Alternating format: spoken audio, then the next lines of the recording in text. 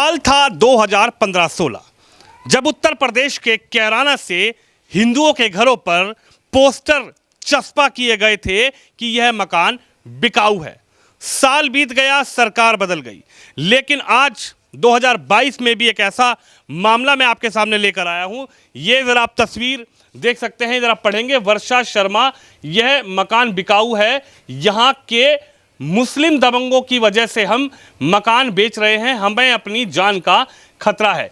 ये गाजियाबाद यानी कि एनसीआर, दिल्ली के बहुत नज़दीक लोनी विधानसभा का मामला है। विजयनगर का ये एरिया है। ये आप मकान देख सकते हैं जिस पर ये पोस्टर लगा हुआ है। लगभग 25 गज का ये मकान। इन्हीं से जानेंगे कि आखिर इन्होंने ये पोस्टर क्यों लगाया, क्योंकि वो साल 2015-16 था जब सरकार बनी थी। 2017 में योगी आए थे, लेकिन अब तो उत्तर प्रदेश में योगी दूसरी बार भी आ चुके हैं। लेकिन इस पोस्टर के लगने का इस मकान पर आखिर उद्देश्य क्या है, क्या मतलब है, इनसे बातचीत करते हैं। क्या नाम है आपका? वर्षा शर्मा। वर्षा शर्मा, आपने ये पोस्टर क्यों लगाया, क्या बात है? क्या यहाँ पर आपको कोई दिक्कत परेशानी हो रही है रहने में? क्या है यहाँ का एरिया, क्यों आपने ये पोस्टर लगाया? यहाँ पे मतलब मुस्लिम घर ज़्यादा है, मुसलमानों के लोग के ज़्यादा घर है, हमारा एरिया कम है, इसलिए हमें आए दिन सताते हैं ये लोग। कहीं तो धमकी देते हैं, कहीं कुछ करते हैं, परेशान करते रहते हैं। अभी ये 16 तारीख की एक घटना हुई है हमारे साथ, जिससे हम तो आपको मोहल्ले वाले धमकाते हैं या फिर कोई पर्टिकुलर व्यक्ति है, या फिर सभी? यहाँ पर आप बता रही हैं कि सब मुस्लिम समुदाय के लोग हैं, तो क्या गली वाले सभी परेशान करते हैं या कोई एक पर्सन पर्टिकुलर व्यक्ति है कि हाँ भाई ये व्यक्ति हमें आके परेशान करता है? नहीं, गली वाले छोटी मोटी बात पे करने की कोशिश की थी उन्होंने, लेकिन मैंने आगे कार्रवाई की तो उसके धारा से वो लोग आप सही रखते हैं मुझे। अच्छा, हाँ। तो कौन है वो जिसकी वजह से आपने, जिसके डर की वजह से आपने ये पोस्टर यहाँ पे लगाया? वो मुस्लिम लोग हैं, मुसलमान लोग हैं। उनसे अभी जो गंभीरता घटना हुई है मेरे, इसलिए डर के मारे मैंने लगा लिया अपनी सेफ्टी के लिए। मैं ये मकान बेचना ही चाहती हूँ। किसने घटना की? क्या घटना हुई आपके साथ? क्या बात हुई कि आपने पोस्टर लगा दिया? ये तो दिल्ली एनसीआर है, यहाँ पर तो सब लोग सुविधाएं भी हैं, लेकिन कौन था वो, किसने ये घटना की आपके साथ? क्या घटना हुई पूरी? वो बच्चों, जावेद खान नाम है उसका, यहीं रहते हैं गली के बाहर वो जी। हाँ, और सिम्मी खान है उनकी सास का, और मतलब हैं 6-7 लोग हैं, काफ़ी पैसे वाले भी हैं वो लोग, और आए दिन धमकी देते रहते हैं। फिर उन्होंने बच्चों का बहाना लेके लड़ाई करके, मतलब हम लोगों को बच्चों में गली में आके, उनके बच्चे ने 15 साल का लड़का है उनका, उसने मतलब मेरे लड़के को मारा मेरे घर पे आके, मेरी गली के बाहर ही, मतलब घर पे मारा। तो जब मेरे बच्चे ने मुझे आवाज़ मारी कि मम्मी ये मुझे मार रहा है, तो मैं नीचे उतर के आई। उस लड़के को मैंने समझाया क्यों मेरे बेटे को मार रहा है। हाँ, तो वो मेरे फिर हस्बैंड आए, बोले कि चल ठीक है जाने दे, मत इससे कुछ बोल, तो वो चला गया। उसके जाने के बाद वो रात को 9 बजे की बात थी जब बच्चों में लड़ाई हुई। उसके बाद वो 10 बजे चुपचाप से मेरे घर में आए, जबकि गली वालों को किसी को जानकारी नहीं हुई मेरे घर में आने की। उनकी 6 आदमी थे वो।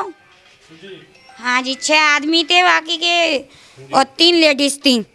लेडीज हुआ कैसे वो लोग आए? कितने बजे का समय था, मुझे पूरा बताइए। कहाँ पर आप बैठे हुए थे? क्या आप लेटे हुए थे? क्योंकि रात का समय आप बता रही हो, तो आदमी रात के समय या तो लेटता है या घर में तैयार। अपने अंदर कमरे में लेटी हुई थी। कौन से कमरे में, जरा दिखाइए।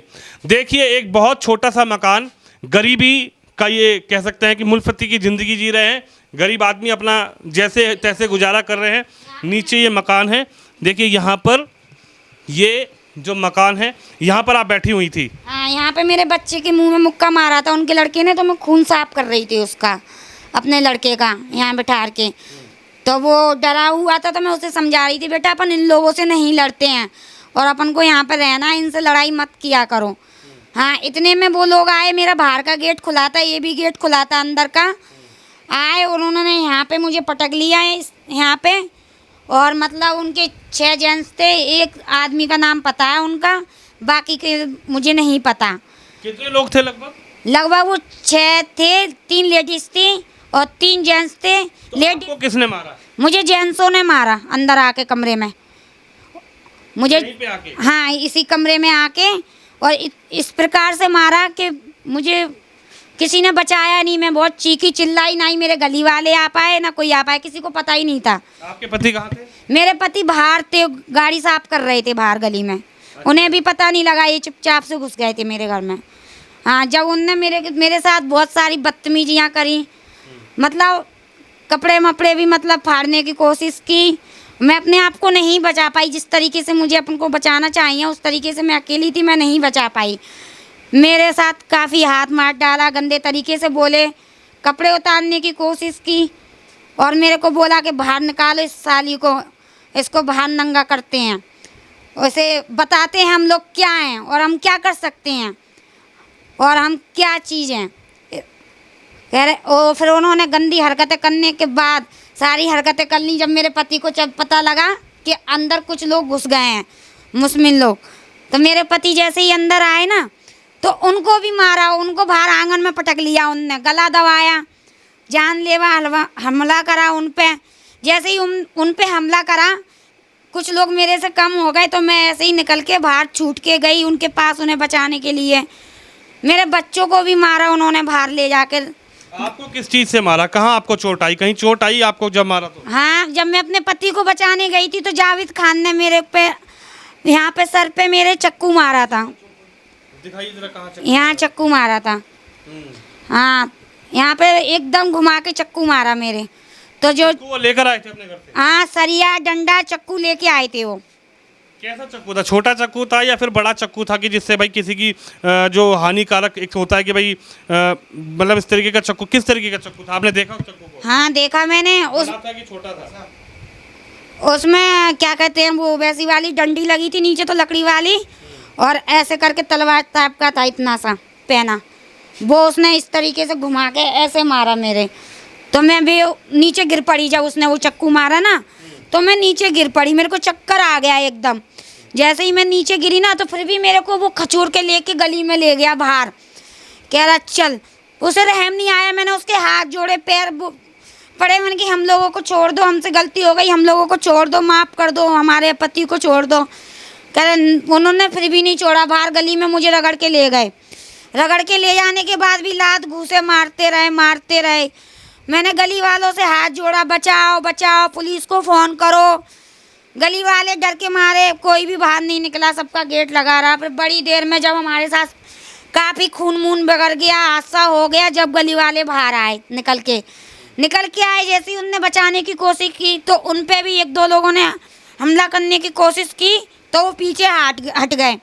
उसके बाद जैसे ही मुझे मौका मिला, मैं पुलिस चौकी भागी अकेली। मुझे लगा मेरे बच्चे मर जाएंगे, अब नहीं बचेंगे, कोई नहीं बचाएगा, मेरा पति मर जाएगा।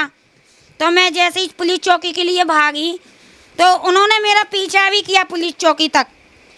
तो मैं जैसे ही अकेली भागी पैदल, तो पुलिस चौकी पे कुंडी लग रही थी उस टाइम, सवापुर चौकी है, वहाँ कुंडी लग रही थी। तो कुंडी लगने के कारण मेरे को चक्कर भी बहुत आ रहे थे, बेहोश हो रही थी, मेरे साथ कोई भी नहीं था।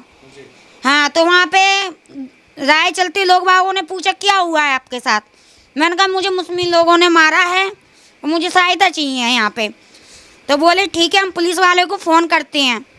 तो उन्होंने पुलिस वाले को फ़ोन किया, सर आपकी चौकी पे कोई नहीं है, ये महिला पड़ी हुई है यहाँ पे, काफ़ी इसका खून निकल रहा है। तो फिर उन लोग ने 20-25 मिनट के बाद जिप्सी आई है मेरे पास, आके उनने बोला कि क्या हुआ है आपके साथ। मैंने कहा मेरे साथ छोड़ो जो भी हुआ, आप मेरे पति और बच्चे को बचा लीजिए। वहाँ पे मुसलमान लोगों ने मेरे पति को दबा रखा है, मेरे बच्चे की जान को खतरा है, उन्हें बचा लीजिए। उनने बोला नहीं आप थाने चलिए पहले हमारे साथ, FIR लिखवाइए। मैंने कि नहीं सर, मुझे कुछ नहीं चाहिए, मुझे उनके खिलाफ कार्रवाई वगैरह कुछ नहीं चाहिए, पहले मेरा पति मेरे बच्चे बचाओ। यानी आपको ये कहीं ना कहीं डर था कि आप तो चली गई थाने, और यहाँ पर पति और बच्चे को जिस तरीके से दबोच लिया था उन लोगों ने, उसको आपको मन में डर था कि कहीं कोई हादसा ना हो जाए पति के संग। जिस तरीके वो चक्कू लेकर आए थे, जो वो सरिया लेकर आए थे, कहीं जो आपके सिर में चक्कू मारा वो कहीं पति की गर्दन पर ना मार दे। हाँ सर, तो मेरे को इसलिए मेरे को यही डर था। तो मैंने उनसे बहुत बोला मेरे पति बच्चे बचाओ, पति बच्चे बचा लो, जाके उनने मेरी एक नहीं सुनी। मुझे क्या नाम जानती है उनमें से किसी का जो आपके यहाँ पे लड़ाई करने आए थे? क्या नाम है उनका? उनका एक का नाम तो है, लड़के का पापा का नाम जावेद खान, और उस लड़के की नानी का नाम है सिम्मी खान। हाँ, और लड़के का नाम है बिस्मिल, जिस लड़के से मेरी लड़की की लड़ाई हुई थी, जो 15 साल का है। तो जावेद खान लेकर आए थे कुछ लोगों को यहाँ? हाँ, जावेद खान लेके आए थे। जब आपको यहाँ पकड़ लिया था तो क्या आपसे कोई बदतमीजी करने की भी कोशिश की गई थी क्या? हाँ, पूरी पूरी बदतमीजी की उन्होंने मेरे साथ। उन्होंने मेरे साथ मतलब कपड़े फाड़ने की कोशिश, मेरे ऊपर चढ़ने की कोशिश, और जहाँ तक है उन्होंने पूरी कोशिश की मेरा मतलब एक तरह से कपड़े उतारने की, कि आज हम तुझे बताते हैं कि हम क्या चीज़ है, तूने किससे पंगा लिया है। जब मैं अपने आप को नहीं बचा पाई, जहाँ तक मुझे बचाना चाहिए था, मैं अकेली थी इसलिए मैं नहीं बचा पाई अपने आप को। अब प्रशासन से, पुलिस प्रशासन से आप क्या गुहार लगा रही हैं? क्या अभी भी डर का माहौल आपके मन में है? क्योंकि आपने बाहर पोस्टर लगा दिया ये मकान बिकाऊ है। क्या आपको डर लग रहा है यहाँ पे रहने में? क्योंकि उत्तर प्रदेश में इस वक्त योगी सरकार है और लगातार योगी जी जो प्रशासन है वो अलर्ट है। योगी सरकार में जो गुंडे दबंग है उनकी समय बिल्कुल जेल में ही जो कहते हैं जगह है। क्या कहेंगी योगी जी से, क्या कहना चाहेंगी? मैं योगी जी सर से ये कहना चाहूँगी कि मेरी मदद कीजिए। मेरे को आए दिन यहाँ धमकी मिल रही है, इसलिए मैंने ये पोस्टर लगाया है मेरे बच्चों को मारने की, मेरे पति को मारने की, कि तू आगे गई तो तेरे पति और बच्चे मार देंगे। अभी तो हमने इतना किया है, इससे भी ज़्यादा करेंगे अगर तू आगे गई।